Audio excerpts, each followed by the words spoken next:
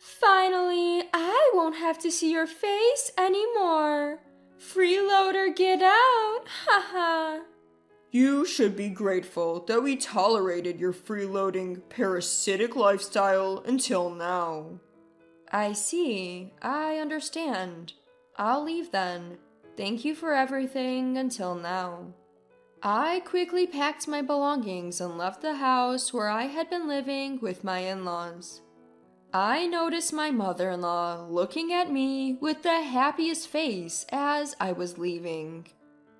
I left looking all sorrowful, but only I knew about what awaited this house next. My name is Emily. I'm a 32-year-old who works from home.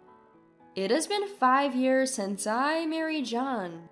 We lived happily as a couple, but around our 4th year of marriage, things started to change.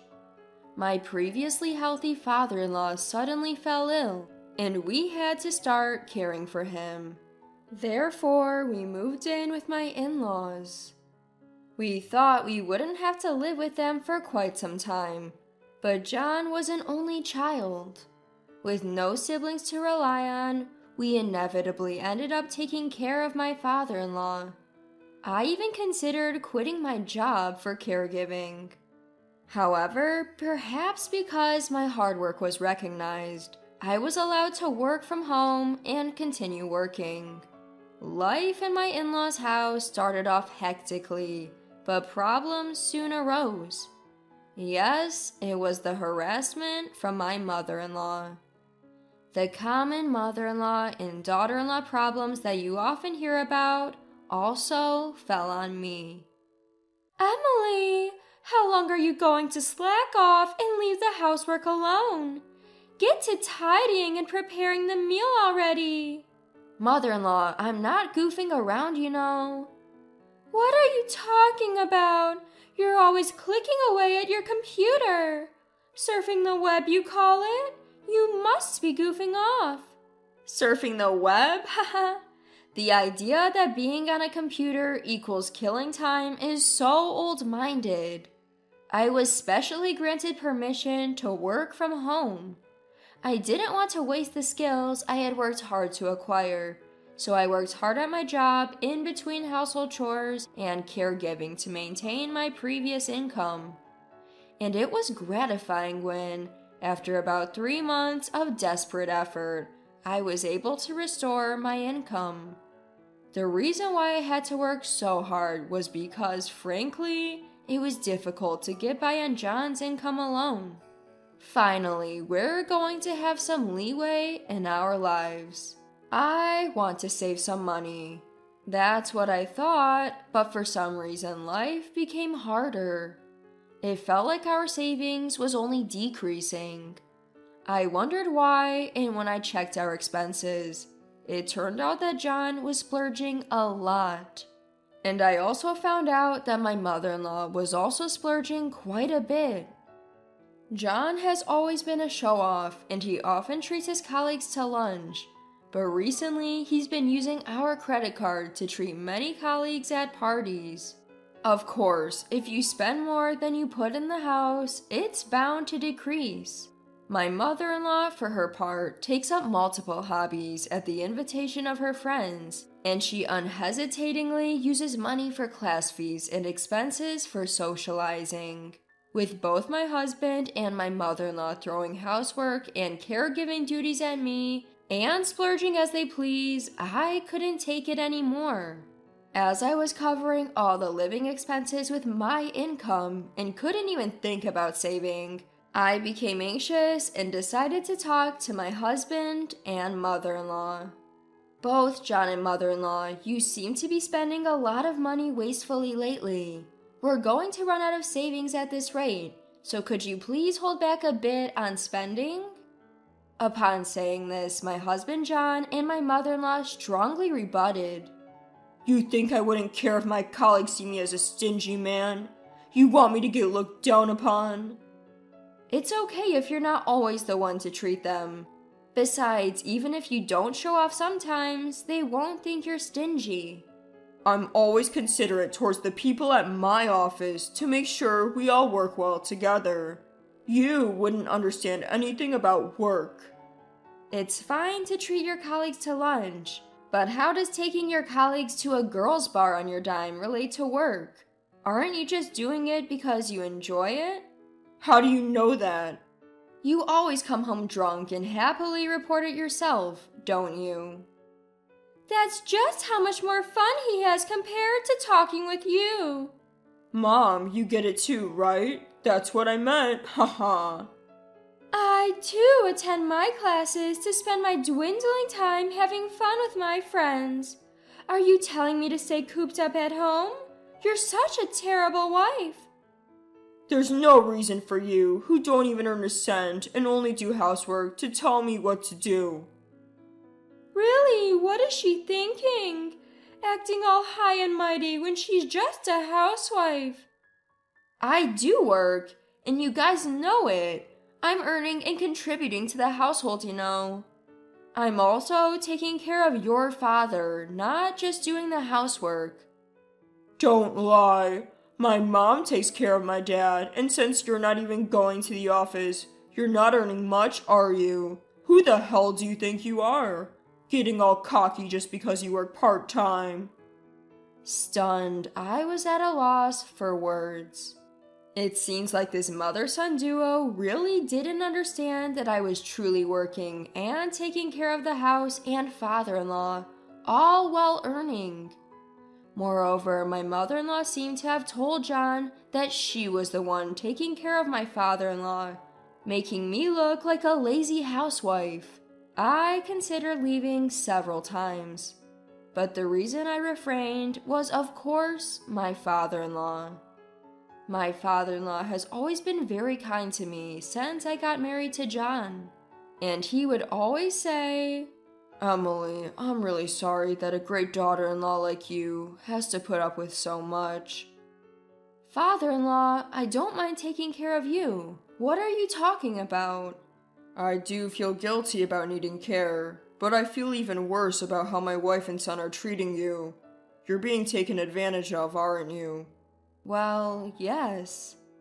With just John's income, we wouldn't be able to maintain a living.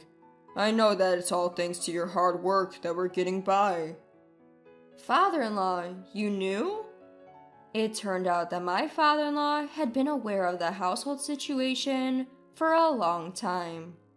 And every time he needed care, he would thank me and speak to me with a kind voice. I loved my father-in-law, and I didn't find taking care of him a burden at all. What if I left this house? I was anxious about who would take care of my beloved father-in-law, so I decided to take care of him diligently until he passed away. And about a year later, my father-in-law passed away. During the funeral of my father-in-law, whom I loved so much, I cried the whole time. Seeing me, my mother-in-law coldly said, "Emily, why are you crying so much?" Without shedding a tear, my mother-in-law showed no signs of grieving for my father-in-law. So of course I replied, "What? My father-in-law has passed away. Of course I would be sad. I've been taking care of him all this time."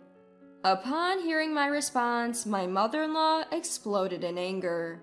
"Gosh, as if I didn't take care of my husband at all!" In reality, my mother-in-law heartily took care of my father-in-law. She took advantage of me, doing neither housework nor caregiving, and claimed she was too busy with her hobbies. Despite that, she always found the time to go out. She played the part of the poor mother-in-law being bullied by her daughter-in-law, even pretending to cry in front of relatives. From the outside, it seems like I was a terrible daughter-in-law, to the point where people said, "Please stop being so harsh on your mother-in-law." Some even sided with her and blamed me. I was merely grieving the death of my father-in-law, yet even strangers blamed me. It pissed me off. I chose to stay away from our relatives. Then John, having noticed me, approached me to complain. So, you embarrassed my mom in front of our relatives, huh? What are you talking about? I don't understand. I was just crying and grieving your dad's death. Then your mom came up to me making snide comments. That's all. I heard you were talking as if she did nothing for my dad. I didn't say such a thing. I was just talking about how sad I was that your dad, who I had been taking care of, passed away. Maybe it sounded like I was blaming your mom because she didn't do anything in reality. Are you looking down on my mom? No, I'm just telling the truth. And if you're so upset, you should have helped me out. Don't you think you could have taken better care of your own dad? Why are you blaming me too? I have nothing to do with this. Nothing to do with this. You're his own son. Didn't you feel any responsibility to take care of him? I had work. It was your job as a housewife to take care of him. That makes no sense. I have work too, so that's unfair. Our argument heated up and was broken up by panicked relatives. Although the argument ended there, my husband and I didn't speak for the rest of the day. Later, after all the funeral-related matters were settled, a lawyer spoke about the inheritance. I'd like to discuss the will concerning the inheritance following your father-in-law's death. It is written that the rights to the family home and the land will go to his son John, while the remaining money will be split evenly between his wife and his daughter-in-law Emily. What? Why would Emily get a part of the inheritance? I'm his wife, right? If John gets the land and the house, shouldn't the rest of the assets all be mine? Your husband expressed his gratitude to Emily, who dedicated herself to his care. It is his wish to leave her part of the inheritance as a token of that gratitude. This is a decision made by your husband, and it cannot be overturned. So that's it. Oh, I see. Emily was only taking care of him because she was after the inheritance. Why would you say that? It must be. Why else would she dedicate herself to caregiving? I've had a good relationship with my father-in-law ever since we got married. I took care of him to repay his kindness. If you think it's impossible, why did you push the caregiving onto me, mother-in-law? How can you belittle me like that? Don't talk crap. I get it now, so keep your mouth shut. With our lawyer present, my mother-in-law couldn't say anything inappropriate, so she continued with a frustrated expression. So he decided that. Well, it's a token of appreciation for caregiving. I guess there's no other way. Then the lawyer continued with the discussion. May I continue? Your father-in-law left a note saying that Emily no longer needs to take care of him. At that moment, my mother-in-law's face, which had been bitter up to then, suddenly lit up with a smile. That's it! That's what it means. I understand now. Huh? What do you mean? Confused by his mother's excitement, my husband seemed completely at a loss. It means that Emily is no longer needed in this house, since she won't have to take care of my husband. The reason for dividing the inheritance was just severance pay, not gratitude. My mother-in-law twisted my father-in-law's will according to her own speculations. My mother-in-law misunderstood my father-in-law's will as my father-in-law and I had intended it to be misunderstood. Actually, there was a discussion between my father-in-law and me while he was still alive. My father-in-law wished to set me free from this house after his death. He planned to use his will to fool my husband and mother-in-law, allowing me to leave the house without any trouble. And just as my father-in-law intended, my mother-in-law, who was completely fooled, is trying to kick me out.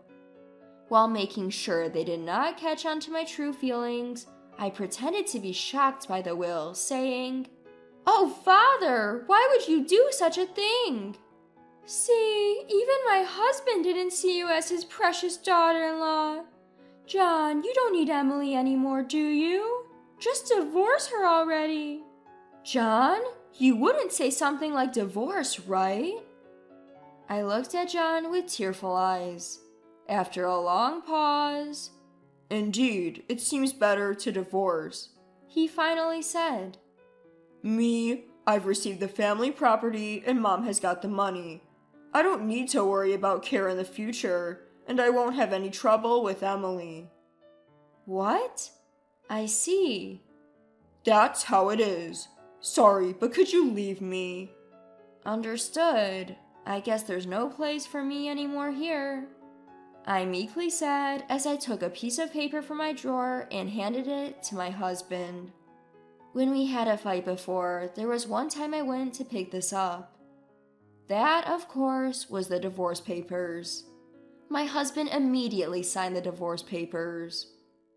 Finally, I don't have to see your face. A freeloader who doesn't work. Get out, haha.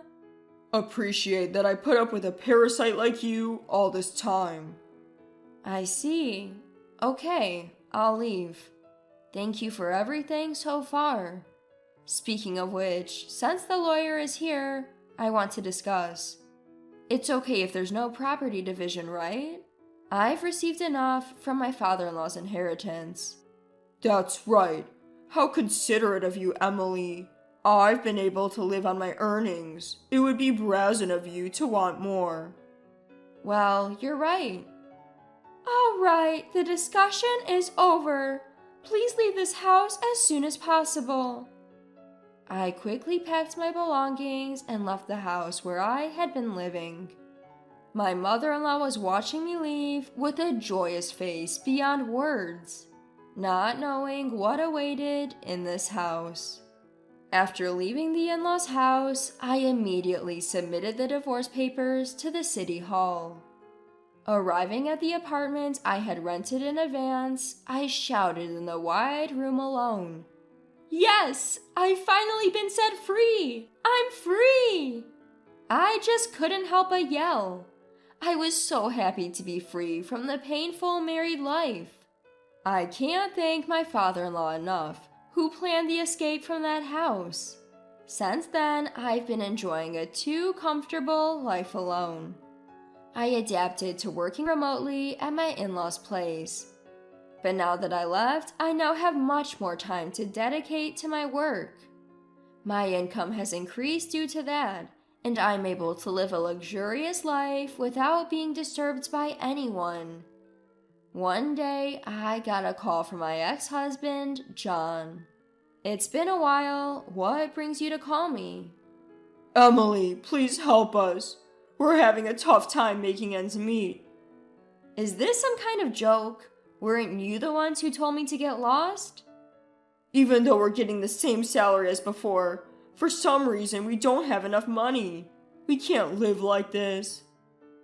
Oh dear, haha, that does sound tough. I decided to drop the final bombshell. Well, that's because my salary isn't going into the household anymore. What do you mean? Don't you understand? You couldn't afford your lifestyle just with your salary. All those splurging, and you never noticed? I couldn't afford our lifestyle with my salary alone? Of course not. You've always been squandering all your salary on yourself. The only reason we could get by was because of the money I was bringing in. You and your mother at your ages, your habit of spending is just ridiculous. What? So how much were you making, Emily? Let me see. Back then, it was around $4,800 a month, I guess. You were making that much? Yes, I was. Bet you didn't know that, did you? By the way, now that I don't have any hindrances, I'm making even more. Haha. Even over the phone, I could tell my ex-husband was shaken. Emily, how about we live together again? Huh? It was a mistake to kick you out. It's not too late to start over, right? What are you talking about? It's obvious you're just after my earnings. No, that's not it. I've realized that I still love you, Emily. Don't talk nonsense. I have no desire to return to your place. By the way, what happened to the inheritance your mother received? You should have plenty left from that, right? Well, it's nearly run out. There's no way. She got about $100,000, right? There's no way you could have spent all of it in such a short period of time. We enjoyed shopping and overseas trips. Also, we lost nearly half of it in casinos. Both of you are just hopeless. I'm speechless. I'm a stranger now. I can't do anything about it, and I don't want to. But don't say such cold things. Help us. I don't care. I'm ending this call. Don't call me again. With that, I hung up the phone and immediately canceled the contract of his phone. I have no idea what happened to my ex-husband and ex-mother-in-law after losing all means of communication. However, when I passed by their house nearly a year after that phone call, the place had been demolished. They must have had to let go of the house due to financial troubles. Well, it's none of my business anyway. As for me, I decided to spend my newfound free time on a new hobby and started attending a wine class that I had been interested in. There, I met a man 2 years older than me who was actively pursuing me. After a year and a half of dating, we got married. He's a humble and warm-hearted man who is a rising star at a well-known company and earns a high salary. He respects my work, and we have a happy married life where we respect each other. Lately, I've been thinking that perhaps this reward was a gift from my father-in-law.